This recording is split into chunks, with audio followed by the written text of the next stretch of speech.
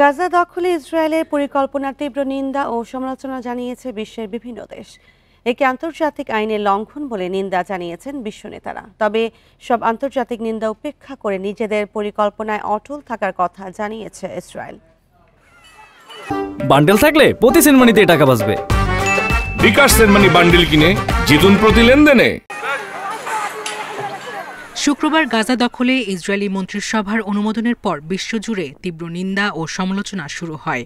শনিবার যৌথ বিবৃতিতে এই পরিকল্পনাকে ইসরায়েলের গণহত্যা ও সম্প্রসারণবাদী নীতির নতুন পর্যায় বলে আখ্যা দেয় তুরস্ক।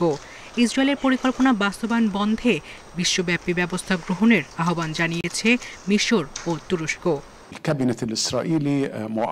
গাজায় দখলদারিত্ব ও নিয়ন্ত্রণের পরিধি সম্প্রসারণ এবং সম্প্রতি গাজা দখলে ইসরায়েলি মন্ত্রিসভার সিদ্ধান্তের নিন্দার বিষয়ে আমরা একমত হয়েছি।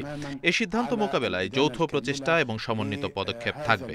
এ থেকে ইসরায়েলকে বিরত রাখতে আঞ্চলিক ও আন্তর্জাতিক চাপ আরও তীব্র করে তুলেছি। এর আগে এক যৌথ বিবৃতিতে পরিকল্পনাকে আন্তর্জাতিক আইনের লঙ্ঘন বলে উল্লেখ করেছে অস্ট্রেলিয়া, জার্মানি, ইতালি, নিউজিল্যান্ড এবং যুক্তরাজ্য। এরই মধ্যে ইসরায়েলে অস্ত্র পাঠানো স্থগিত করেছে জার্মানি। সৌদি আরব একে জাতিগত নির্মূলের অংশ বলে নিন্দা জানিয়েছে।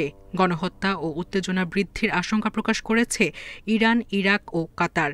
ইন্দোনেশিয়া ও চীন পরিকল্পনাকে আন্তর্জাতিক আইনের লঙ্ঘন বলে নিন্দা জানিয়েছে। কানাডার প্রধানমন্ত্রী একে ভুল সিদ্ধান্ত বলে আখ্যা দিয়েছেন। ইসরায়েলের পরিকল্পনা ভুল। তাদের এ পদক্ষেপ মানবিক পরিস্থিতির আরো অবনতি ঘটাবে, জিম্মিদের জীবনকে ঝুঁকিতে ফেলবে।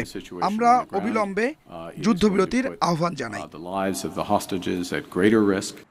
গাজা দখলের পরিকল্পনা থেকে সরে আসতে ইসরায়েলের প্রতি আহ্বান জানিয়েছেন জাতিসংঘের মানবাধিকার প্রধান ভলকার তুর্ক। তিনি সতর্ক করে বলেন, সংঘাত আরও বাড়লে বড় মাত্রায় বাস্তুচ্যুতি, আরও প্রাণহানি এবং অসহনীয় দুর্ভোগ বাড়বে।